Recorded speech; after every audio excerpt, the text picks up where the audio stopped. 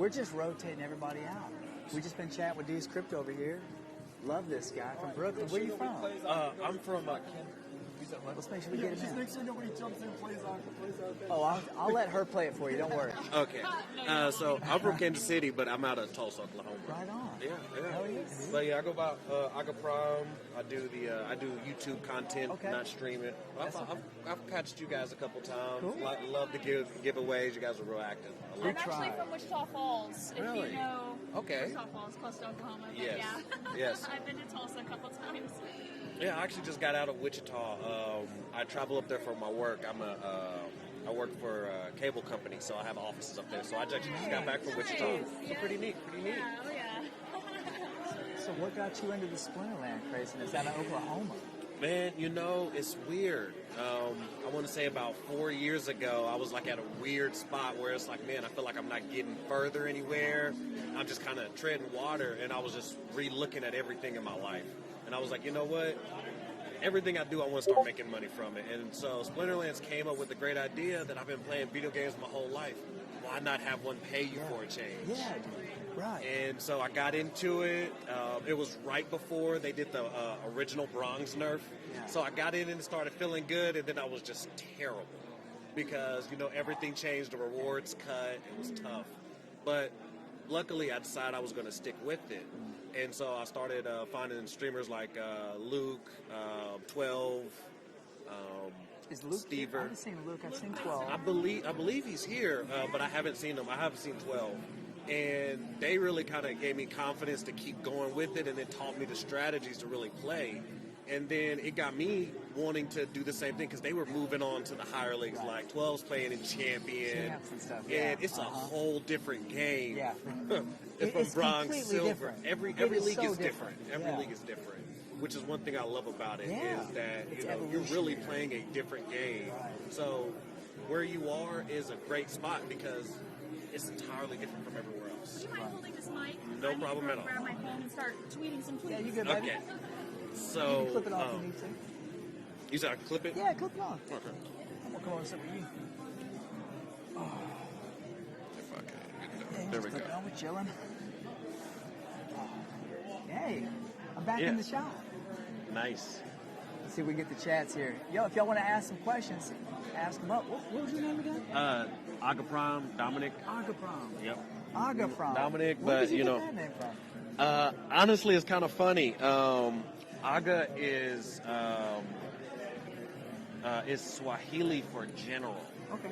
And so the name kind of came up because someone was like, man, you need a really great name, and I always loved Optimus Prime. Right. And so they was like, well, you can't take Optimus. It's kind of trademarked. Right. So it just mixed Agaprime, and it was just kind of That's weird. It was awesome. kind of funky, and it That's just kind of awesome. stuck. Agaprime. Dude, I know Agaprime. Yeah. Yeah, dude. So That's cool.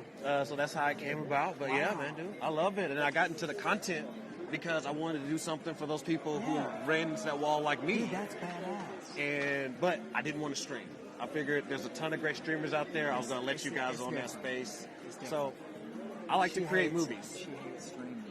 She wants to do YouTube, and I'm making her do this. Oh. Yeah. The reason I'm making her do this is, like I said, I've been doing this for a long time. And when I first started, I was terrible. Right. Because I think as a smaller streamer, you also feel like you owe those few 5, 10, 15, 20 people more because they Yes. don't get the big stream, right? They're Exactly. supporting your small stream. And so you kind of overdo it and you overstress yourself. Yes. And people, I've just never been a stressed person. I don't really care about anything. I try not to be stressed. So anyways, for live, I just have a good time, and I guess I've never tried to get big. Right. I've never really, I think that's the difference. If I was trying to get big, I would go straight to YouTube and make videos first. Exactly. And then maybe make a live off that once I got popular. Right. But I just went straight to live because I love the excitement of the moment. I want somebody to be there when I snipe somebody in some crazy, something, or a I can see that. 4v1 a player or something, or team. Because I don't know if you played Destiny or you Absolutely. played any of those games. You said that, and my eyes lit up. I was like, yeah. I was on the original Destiny 1 shirt with a bunch of the big streamers. So Okay. Gathalion and Broman and She Snaps and a bunch of these people. Right. And I had a really big stream during that time period, but it was all Destiny. It was my first time ever streaming, so I had 1,000, 2,000 people as followers right off the bat that were pure Destiny. So we would do raids and trials, and I would do carries. Yeah. So I just did carries for 3 years straight. D2 comes out, and I don't even know what to say. You go from what may be the greatest game ever made, the most complete experience, to who even knows what that is? Yeah. What is this Yeah. other thing? So I was really upset, but I had also put all my eggs in one basket. Gotcha. I wasn't streaming other games. Mm-hmm. And at the time, Fortnite was dropping, PUBG was an alpha, it was becoming beta. Right, yeah. And there was a couple other things. Blackout was coming out on COD. Okay, Remember okay. that? You know, the Battle Royale, the first one. Yes, COD, the before very Warzone. first one. Right. Oh. And she was a badass at that game. I'm telling you, it was a lot of fun. That was her first Battle Royale, right? Because you didn't do PUBG. Right. Okay. Yeah. So, Blackout, yeah. yeah, so I was wanting to switch games, and I had this stream that wanted content, but D2 looked like it looked. Yes, yes. And so I said, well, just in case, I'll try another game. So I pull up Fortnite. It's a zombie game with some walls, and I was like, this is really dumb. Yeah. So I skipped Fortnite in the beta or the early game, which was just zombies. It's a single player, and I go play PUBG, which I love PUBG. It was great, but PUBG had a problem called cheaters. Yes. And it was the original game that was truly played. It had flying cars that were on fire through the clouds. I was killed several times by a car that would fly down out of the clouds and literally smash you, and then fly away, and it's a car. I have video of this. True story, right? So anyways, Wow. Hackers are fun. So because I'm an FPS competitive player, Right. we play pretty intense. And hacking and stuff and cheating, dude, I can't do it, man. Right. I'm so No. passionate. So I move out of that space. I realized Fortnite just blew the heck up. Drake and Ninja play. The rest is history. Right. Twitch changes forever from that moment. And I thought to myself, I was literally playing that game 3 months ago. It was terrible. And now this is happening. So what am I going to do? So I had a whole moment of trying to figure out, do I want to keep streaming? Do I want to keep playing Web 2 games? I did Warzone for a while. Very unfulfilling. Yeah. And it's right where you got. Same thing for me. I felt like I'm missing something. I don't know what's happening, but I don't like this anymore. Exactly. I don't get the same... I don't feel like I'm proving anything by being good, because everyone is good, and it turns out that not everyone's really playing fair. So now I'm playing to be considered the best sniper in the world in a game. Right. And the only people challenging me are people I know are cheating. So I'm looking around going, I can't stay and do this game anymore, because I can't compete with people I know are cheating. Yeah. And I can't call them cheaters, because then I look like I'm making excuses. But I know people that know them on a competitive level, and they've told me, bro, this game is about to take a hard turn because they're leaking cheats into the discords. And I said, and basically I just said, well, okay, I need to start figuring something else out. And so that was the end of not only Destiny 2, but also Warzone and some other stuff for me, because I started realizing this is not what I don't get fulfilled by being good. Right. Next step is Web 3. I start playing a couple, Splinterlands might have been the first Web 3 game I played. It very well could have been. It was definitely, for me, it was definitely the first actual game. Yeah. Because a lot of Web 3 games Did you were do only NFTs games. Right? Yes. Yeah. I got into NFTs a little bit earlier than that. But a lot of the original Web 3 games were only games in theory. Right. And Splinterlands was the first one, and that's what got me so excited about the company is I remember listening to one of the town halls, and Agro was talking about his grand vision.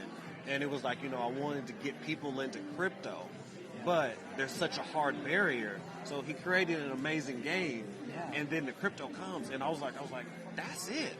You create the amazing game, and the rest of it'll just make sense. Yeah. And that's pretty much. You're nodding your head too. That's the same thing for Because me. We did know. try out That's some what I'm saying. projects, and they were They weren't it. They weren't it. It just wasn't gonna happen. Like I was telling my wife, my first NFT was from a company. I'm not gonna put them out there. They're still around, but it's not necessarily moving anymore. Right. But it was a tarot card, and I minted it, and it was like it came out the full. And so I always keep it, and it reminds me of like my very first jump into it. But it's also like, you know what? You probably need to really read a lot of this That's stuff. awesome. Because it's very easy to end up the fool. And so that's what kind of propelled me forward. But once I got into it and I started started creating content, I fell in love with the editing portion of it. Yeah. Like I saw everyone's content out there and I thought everyone has their own information. Yeah. But I'm like, if we're looking at it from the screen, if we cut them off, this probably isn't the best thing you want to watch. Yeah. So I wanted to make something that you wanted to watch, something you could learn from. And How long have you been touched streaming now? How long have you been doing this? So I've been doing this. I actually already followed Deuce Crypto. I had no idea, but we already followed That each was- other. That's that was awesome. Deuce, yeah. Yeah. That was the Deuce that was here. So Yeah, so Deuce, this is so he's my guildmate. Agaprime. Do we have him on there? I know I followed him, but make sure you've got him on there. Yeah. And on you said YouTube too, right? Yeah. Yeah, Uh-huh. I've got him on YouTube. I'm pretty positive. Yeah, we follow each other on Twitter too. Yeah. I usually all the big All the big people, yeah. I automatically just follow. Yeah. That's awesome. We're a community. You know, we gotta collaborate. We gotta get Yeah. together because I think we all have great ideas. We all have different experiences, Yeah. and we all see it from a different perspective. That's why I love hearing you talk, because a lot of times, you know, like with what we're saying, man, I'm telling you, we just come to points in life very similar. And regardless of, I mean, we got people in the Philippines, Brazil, we got people all over the world here. Oh man, absolutely. Culture is very impactful in the way that we are to our core. However, this kind of stuff just shows me what we could do as humans, Dude, I mean, look at this place, right? man. We can literally take over the world as a family in a video game that is in crypto. That is insanely wild that all of those things piece together. I mean, they're blowing up bridges in parts of the world right now. They're fighting. Yes. And we're hanging out, chilling, having a great time, loving life, pure positivity, and also we're supporting a project that not only gives us entertainment, but potentially sets us up financially. Yes. And it's the vision of the Yes. project. You know, What it's do you, something well, give me your bigger. vision, as far because I mean we know what the vision. I mean, well, you know, we have an idea, right? Yeah. Give me the Agaprime vision. Like where do you see Splinterlands going with all of this? Are we going to merge with something, or is this going to go bigger? What are we doing? So, ideally, I think Splinterlands is gonna move to like almost a metaverse kind of a place where the cards and the NFTs were the building blocks. So I think what we're seeing is Okay. still the very early rendition of Interesting. Splinterlands. I think there will be a point where Splinterlands is a lot closer to maybe an MMO or How cool or would an that be? adventure than it is a direct indirect battle. That makes Because sense. if you look at all of the lore, the amount of art being put into Yeah. this, the different abilities to balance everything Dude, out, the lore is crazy. it's crazy. And pretty soon, the two-dimensional cards aren't going to be able to hold all of it. And that's one thing that I think I just ended season 3, but I'm starting season 4, and I'm introducing Blender. Because I want, my wife was like, you know what, I think this game would be great if the cards animated. Yeah. And so I was like, you know what, I can go ahead and start that. So I was like, so I'm working in some actual real life animations to Yeah. me. And so I'm gonna put them in the battles and to kind of give an idea of where I see it going. And then, you know, a couple years from now, we'll see how close I was. That's cool. Bro, I can't wait. I feel like if they really turned it into an MMO style, even if it was, even if they went MOBA, Yeah. even if they went MOBA, I think they could come up with some pretty good squad dynamics to Yeah. make that fun. But a full MMO would be so wild. It'd be so wild. And I'm like working with Big Time now, and they're already doing an MMO. Are they? And so I got in on their release, so you'll be seeing some of their content coming in on the Dude, I channel as can't well. wait. Because, like you said, I want to make sure that I don't throw Yes. everything in one, but also I want to diversify my skills. You have to. You have to. so- Your knowledge too. I mean, being involved in different projects, it's crazy to watch people innovate like such an infant space. Yes. Right? Because what I think Web3, or what I thought it would be, some of it's kind of happening, but some of it I never imagined. And I'm like, oh, whoever thought of that's a genius. Yes. Right? Yes. Yeah. No. It seems like every day I'm reading, and like I'm big into like the Hive blogs, and it seems like there's so many people who are just kind of getting out there because it's like hey, get out there, put out there. People enjoy reading it. You can make profit, and I think it's given so many people an opportunity to just kind of get out there and express their skills, learn, and try. Dude, tell us about the Hive blogs, because she doesn't know anything. I know very little, but I've talked to somebody about this, but I know for a fact a lot of people in stream don't know much about how Hive plays a role with Splinterlands and how cool those Hive blogs are.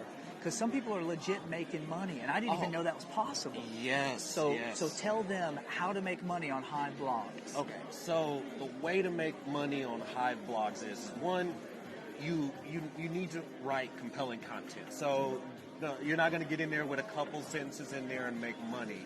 But whether it's video, you have 3Speak, which you can also use as an alternative to YouTube.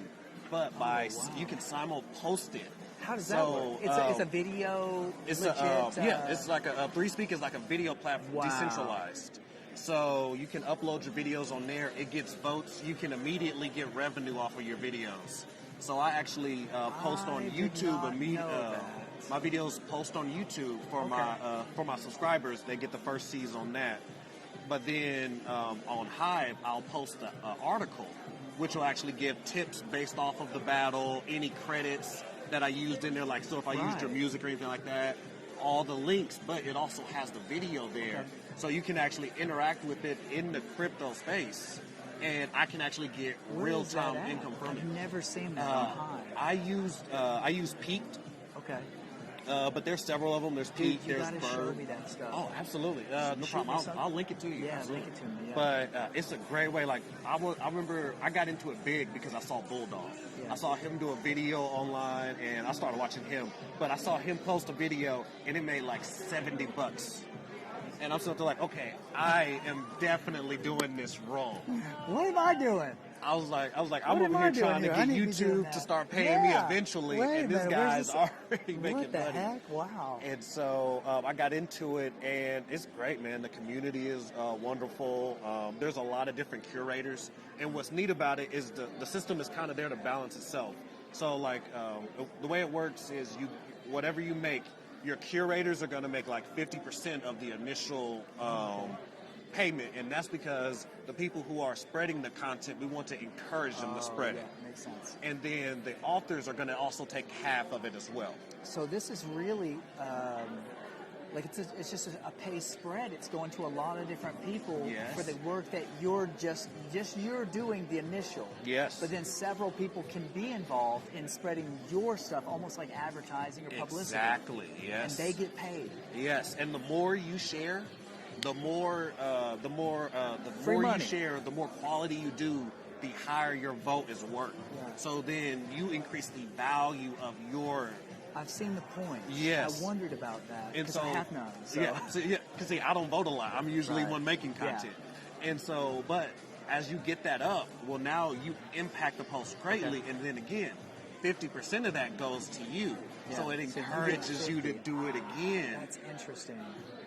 And with Posh Token, you can now post. They'll give you Posh tokens for spreading your Hive post on Twitter. All you have to do is just retweet the post on Twitter. So pulling people from Twitter. Where's Posh token from? Is that a Hive token? Yes. Okay. It's a Hive token. But it's just another way you can kind of crazy. Just from retweeting it. So something that's already going to benefit you. Right. You putting it out there on Twitter, giving more people a chance to be exposed to it. It's no-brainer. You get payouts from there. And dude, there's so many different ways once you get into it that you can kind of profit from it with just a little bit of work. That's crazy. Man, I didn't know you could do that. Yeah. A decentralized video player. That's genius. Yeah, it's we need 3Speak. That too. We need that. 3Speak, man. YouTube is getting to that point where it's like, whatever you put, are you going to get paid? Are you going to get The benchmarks are banned, so or are you high. gonna like, dude, The it's benchmarks crazy. are so high. They keep changing the terms and the conditions, and the dreaded shadow bans and stuff It's like like a that. full-time job to read through the terms and conditions every time they change it. Yes, When you're a content creator, you can't be doing that all the time. They should be making your job easier, not right? harder. Yeah. Yeah, I completely Okay. agree. I completely agree. That's wild. So, guys, listen. One thing's really important to know: what he just said about, being able to go and share other people's content. You have to understand that even if you get paid 1 or 2 or 3 crypto tokens of any type, we're so early in this space that any crypto, anything, is a potential big, huge deal in 10 years. We don't know what's going to pop. I'm going to tell you what, things I thought a year ago would be amazing, I don't even know where they're at now. They're gone.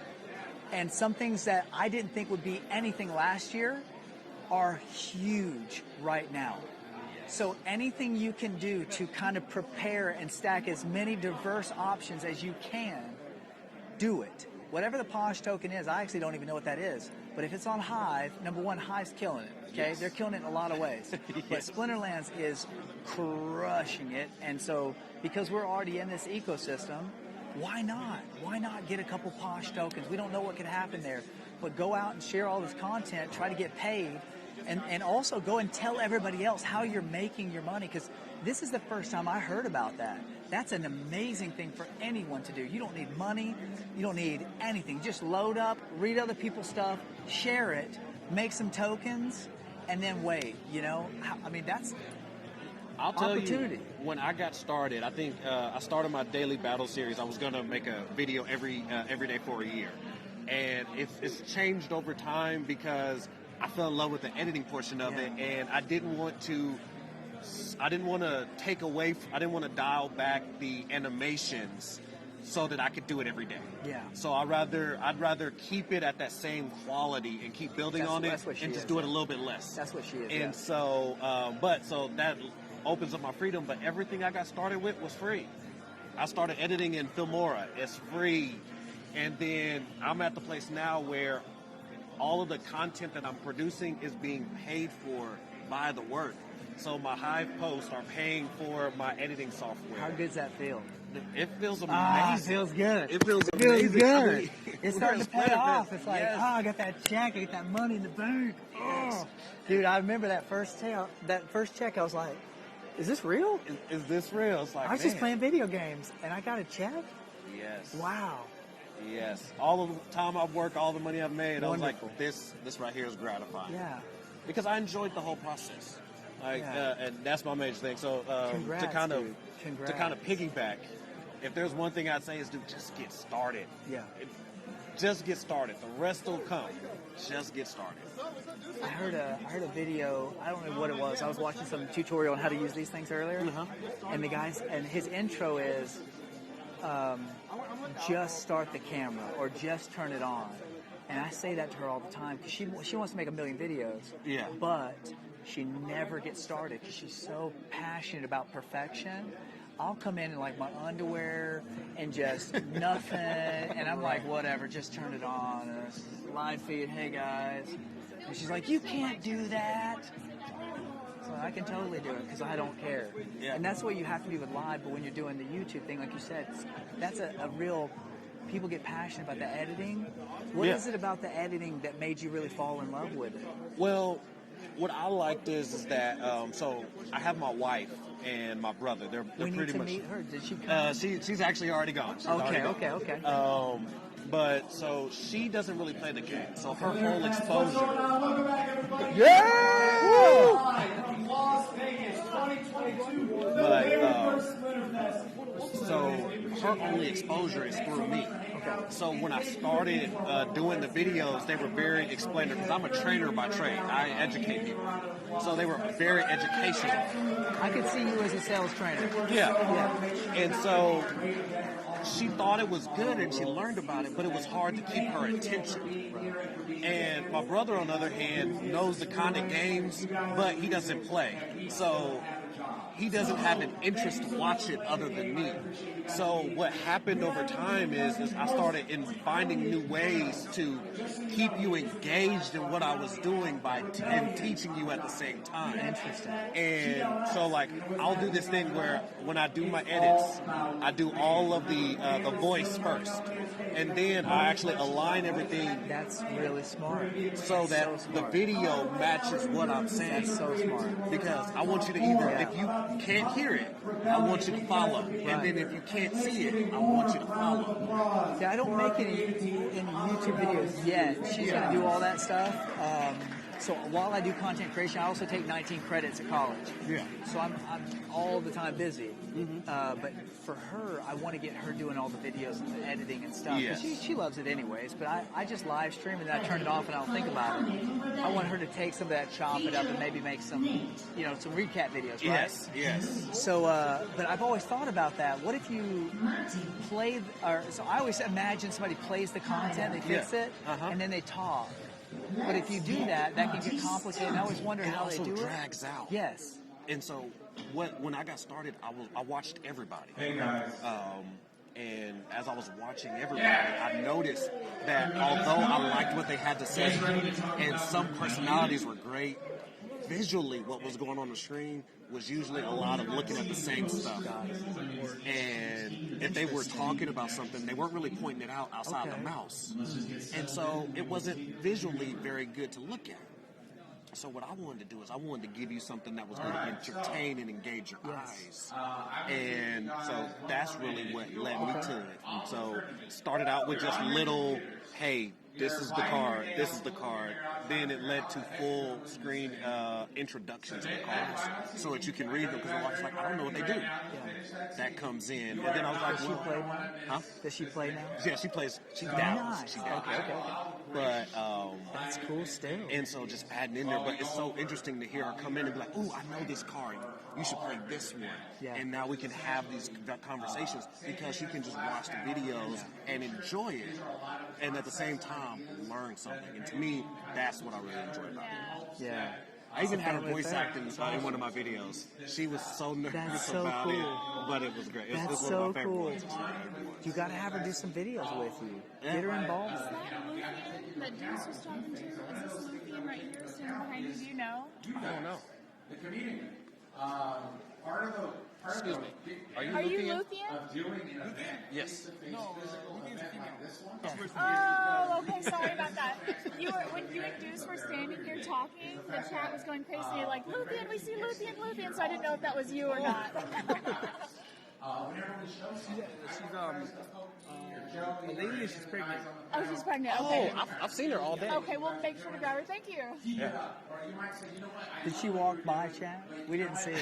I looked in the chat and everybody was like, Luthien, Luthien. And I was like, Man, is that him over there? I want to be more involved in like meeting and seeing everybody when the streams are going, but when I'm streaming, I'm telling you, I have like a window, and then when I'm done, I'm immediately doing stuff. Like, I'm so busy this semester. It's my last one. I graduate in December, which I haven't been in school for 15 years. I went back because the pandemic hit, and we were doing absolutely nothing, sitting around playing video games and streaming. And I just thought, you know what, dude, I could do more.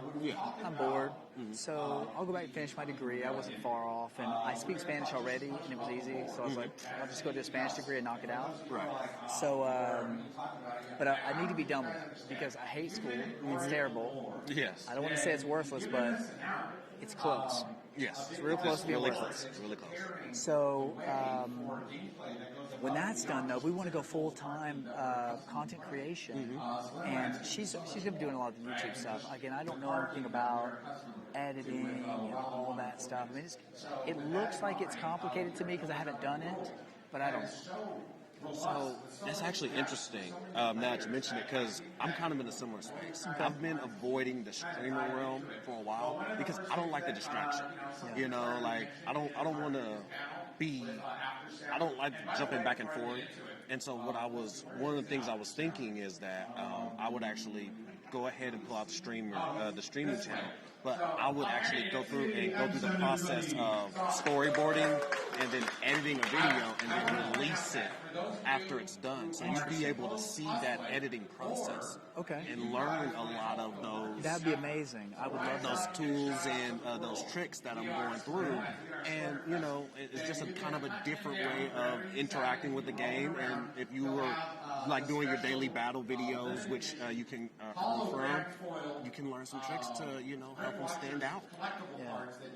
Yeah, I think that's probably something that Splinterlands, as it gets more diverse, especially with the gameplay, oh man, we're going to need a lot of those videos. Because it's already very confusing to start. Exactly. And then to actually do that gameplay and editing to make sure that you're explaining every little thing. Like, see, I'd be terrible. I'm too ADHD. I really would be. I'd be terrible.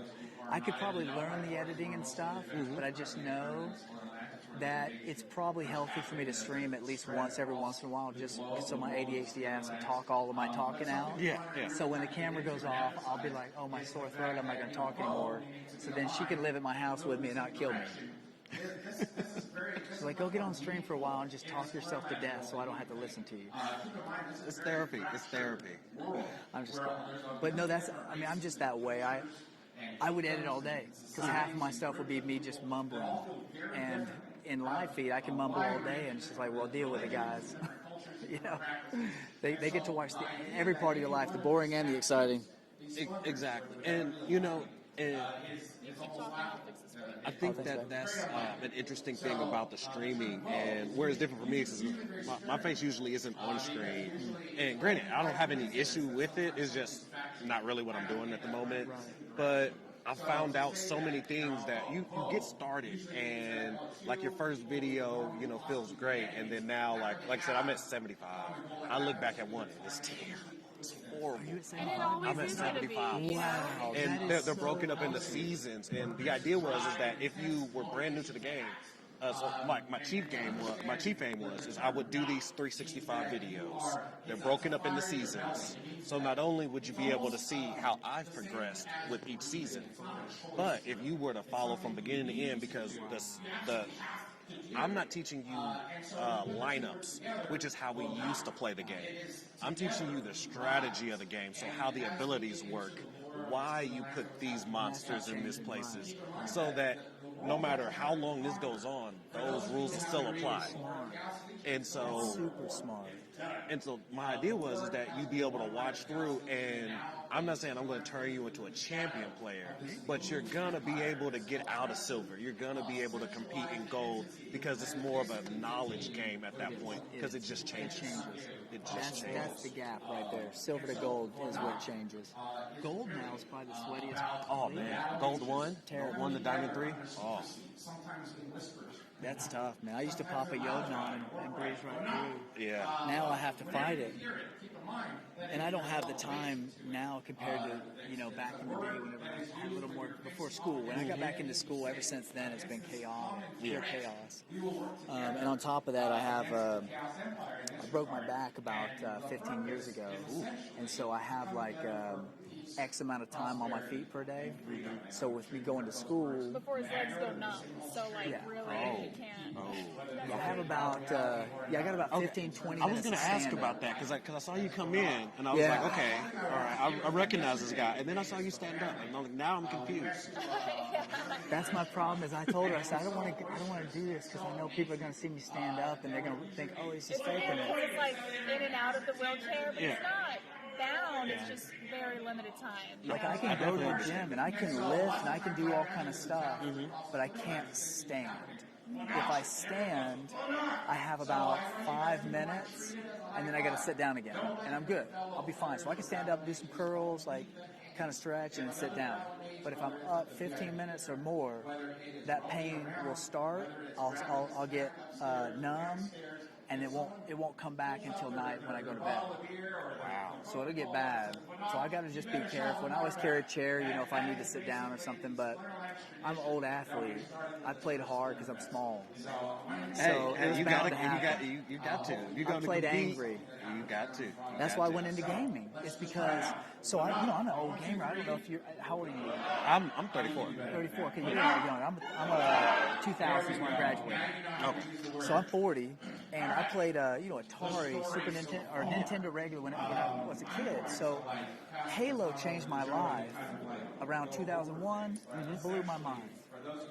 But that was also right after high school had ended, and now all of a sudden I'm in college. I'm competing to play baseball and stuff like that in college, and I decided to actually quit college and go on a mission trip for my church. So I was gone for 2 years, and that's actually where I learned Spanish, because I only did Spanish for 2 years. And so when I come home, I thought, I'll play ball, whatever. No, I didn't. I came home overweight. I've been eating tacos and burritos for 2 years. Latino families feed you so much, and I had the best experience of my life, but I wasn't in college baseball shape. Right. So I started getting in shape, and I started thinking I was going to, and it just, dude, I hadn't had any fun for 2 years. So I started snowboarding, started traveling. Next thing you know, I'm dropping out of college, and I'm having fun, and total mess. Anyways, I go to the Army, and I was actually doing jiu-jitsu in the Army, and I got hurt. That's where I got hurt. So then when I got out of the Army, I didn't think I had a problem because it healed. And I thought, I'm fine. And so it took maybe 3 or 4 years, and then all of a sudden it started hurting. So I went in and had it checked, and they said, you have a broken vertebrae, right? And I was like, no. They're like, yeah, your vertebrae is like this, and then you have these parts that come off the side, and your whole part on the side's gone. So you have a vertebrae like this, and it's missing the hook on the side. So what's happened is this thing's sliding forward, and so all your nerves and stuff kind of come and weave in and out of your vertebrae, where your spinal cord is. And so as it slides forward, the disc above and below, it's pulling like this, but there's things going right. So they're being pulled, right? And getting it's just a mess. Anyways, long story short, I have to find some way to get my fire out. I have to. No, I definitely. I'm passionate. I definitely. And understand. I'm not in bad shape. I was benching 270, and I'm 165 pounds. Or I'm not now, about 150, 155, because I've lost that muscle. Yeah. But I was about 165, and I was benching a lot. But it just took everything. I was going to ask you real quick. Sure. We're streaming, by the way, just so you know. Say all the curse words that I Yes. can. On my stream, you can. What was it like participating in the Ghost Card tournaments? Was it overwhelming? The Ghost Card tournament? Because you have access to all the cards. I wasn't in it. I made it too late. Well, I can tell you. Yes, He was in it. I will say that it is initially a little overwhelming. Yeah. Especially if you've not played at the max levels, because you're like rediscovering all of these cards like in the first time. But I think that's thrilling, especially if you haven't done it before. So, like what I tell people is ranked isn't really Splinterlands. Yeah. Because you have to play meta. If you're not, you're throwing. Like, what the fuck are you doing? So it's much more with these Ghost Card tournaments. I'm hoping that like people discover cards that they thought were bad. Yes. And all of a sudden they make a resurgence, or they go, ooh, this is something that just, because it's not controlled by availability of cards, right? Like, Prince Julian is now available to everybody. So it's like, what is the potential of it? You know what I mean? I love it. yeah, no, I think it's. I didn't get to play, but when I do play at home, I'm kind of ridiculous. I actually rent the whole thing. So I'll go through and rent like every card of the whole thing, and I'll play for a day or two, but then I don't get to play for a month. So that's why I go big when I do get to play. And so when I do have all those cards, I'm telling you, at first it's overwhelming. After a while, it's empowering, and it's addictive, because you start thinking, I can afford that. I really need that card. And you start to, and the next thing you know, your wife's getting mad at you. You spent all the money. Where did it all go? I'm very, the big thing with these Ghost Card tournaments are supposed, because it's not, the way that they are now is not going to be like, oh, that's it, we're done, have fun, it's just access to all the cards. Looking at doing ban lists. What if everybody runs Yoden Zaku, because that's everybody has access Exactly. to it. So Time to pull it. crazy. Time to get it out of here. Why don't we do, By the way, the chat's going crazy. Saying hello to you right now. Saying so if you want to hello. say hi to everybody. but being able to do ban lists, do weekly different ones where I create a pack, you know what I mean? Like I can take out and add in or take out certain cards or make it to where it's like I think that'd be That would be like, so cool. to be able to have the weekly champion to where you're playing and all this kind of stuff. Like tournaments, what's supposed to happen here. This is a semi-casual event. I wish that we could do all the precautions and things that we need to make sure everybody participates. There's nobody who's able to log in from outside the venue. But like, it's not only about what we're capable to do in the venue, but also we have to get dev buy-in to do all this different stuff, right? Like, you don't do one piece at a time. When you're under the hood, it's time to rebuild. But it's a lot of, like, what we're working towards is how can we make it so that tournaments aren't just, I either play ranked or tournaments. Tournaments are, I may not play ghost card tournaments. I may play 2v2 tournaments. I may play, you know what I mean, all different kinds of things. And it's about trying to build it so that like, players should play how they want to play. I'm not here to tell you how to fucking play. Right. The hardest part of that, in not just Splinterlands, but all of Web3 stuff, is it's acquiring the stuff to start with. But that's what I love about Splinterlands. Because other projects I'm in, I've been around the space. They talk